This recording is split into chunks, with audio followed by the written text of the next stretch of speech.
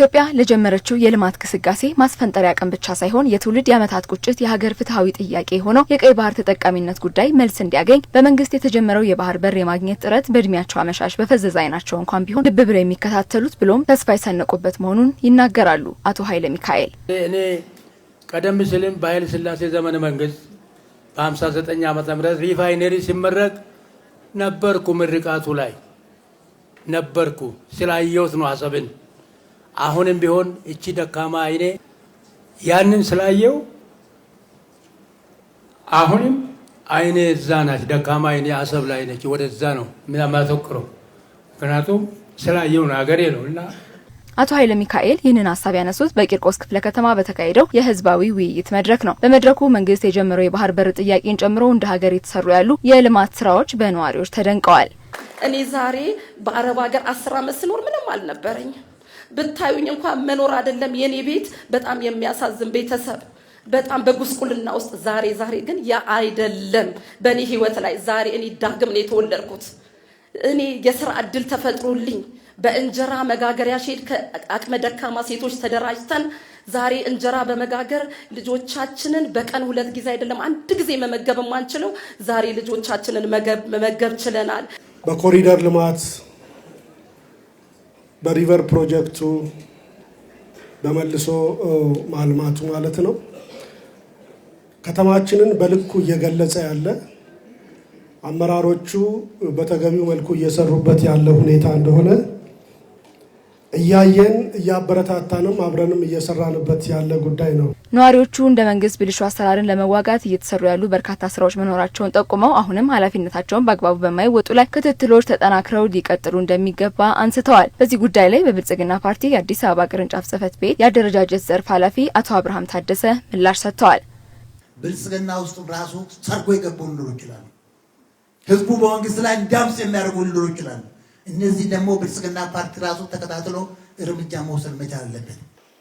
ከአመራር አንጻር ያነሳችሁት በየደረጃ ያለው አመራር በትጋት 7/24 የሚሰራ ህዝቡን የሚያዳምጥ ከህዝቡ ጋር የሚሰራና ልማቱን የሚያረጋግጥ እንደሆነ አንስታችኋል።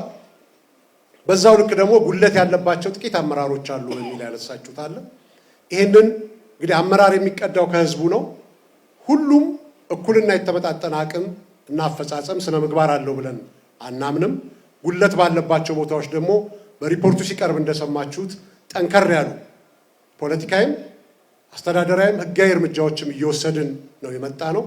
ይሄ ተጠናክሮ ይቀጥላል። አዲስ አበባን በብዙ መልክ ገጽታዋን የቀየረው የኮሪደር ልማት ዘላቂ እንዲሆን የመሰረተ ልማት ጥበቃ ትኩረት እንደሚሻ ነዋሪዎቹ ላነሱት ጥያቄም አቶ አብርሃም ምላሽ ሰጥተዋል።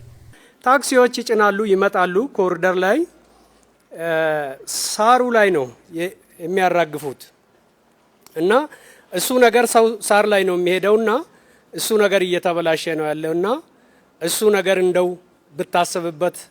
ከኮሪደር ልማት ጋር ተያይዞ ያነሳችሁት ጥበቃው ላይ ትኩረት ይደረግ ነው። የከተማ አስተዳደሩ ከፍተኛ ሀብት የፈሰሰበት ህብረተሰቡ ደግሞ በከፍተኛ ሁኔታ ርብርብ ያደረገበት ከተማችንን ወደ ስታንዳርድ ያመጣንበት ከተማችን የቱሪዝም ማዕከል እንድትሆን እሱ ብቻ ሳይሆን ከተማችን የዓለም 3ኛው የዲፕሎማሲ ከተማ እንደመሆኗ መጠን እሱን የሚመጥን ከተማ እንድትሆን የማድረግ ስራ በሰፊው እየተሰራ ነው ያለው። እነዚህ ልማቶች ደግሞ ተቋማዊ አቅም እንዲኖራቸው የከተማ አስተዳደሩ በኮሪደር የለሙ ልማቶችንና የወንዝ ዳርቻ ልማትን የሚያስተዳድር ባለስልጣን አቋቁሟል። ይሄ ባለስልጣን በቅርብ ጊዜ ነው የተቋቋመው።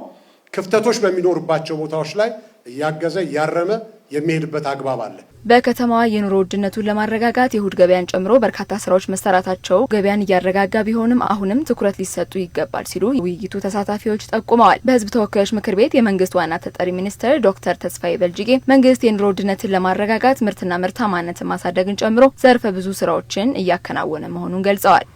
ሌላኛው የመንደር ሱቅ ነው። የመንደር ሱቆች ምንም ባለቤት የላቸውም። እንደፈለጉ ነው የሚጨምሩት። ድንገት አመራሮችን ካዩ እንትን አውጥተው ይሰቅላሉ። የዋጋ ተመን እነሱ ከሄዱ ዋጋ ይወርዳል። ከዛ በኋላ እንደፈለጉ ነው። እንደው የህግ ማዕቀፍ ብኖረው ምን አለ።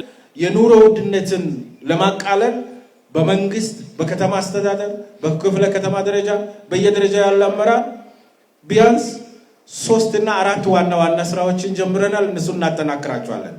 የመጀመሪያው ምርታማነትን ማሳደግና ሁሉም ሰው ምርታማ እንዲሆን ማድረግ ነው። ለምሳሌ ስራ የሚሰራ ሰው፣ ምርት የሚያመርት ሰው፣ ገቢ የሚያገኝ ሰው ገበያ ላይ ያለው ዋጋ ቢወደድ መግዛት ይችላል አይደል? ገቢ ካገኘ ገቢ ከጨመረ ዋናው እኮ በኑሮ ውድነት የሚጎዳው ሰው ገቢው የማይጨምርለትና ገቢ የማያገኝ ሰው ነው። ስለዚህ ምርታማነትን ማሳደግ ያስፈልጋል ብለን የጀመርነው ስራ አለ። ከዚህ ውስጥ አንዱ በክልሎች ላይ የምንሰራው የግብርናው ዘርፍ ላይ የጀመርነው ግብርናው መቀየር ነው። ህዝባዊ የውይይት መድረኩ ፍሬያማ ብሎም የህዝብን ድምጽ በአግባቡ የተሰማበት መሆኑን ዶክተር ተስፋዬ አንስተዋል።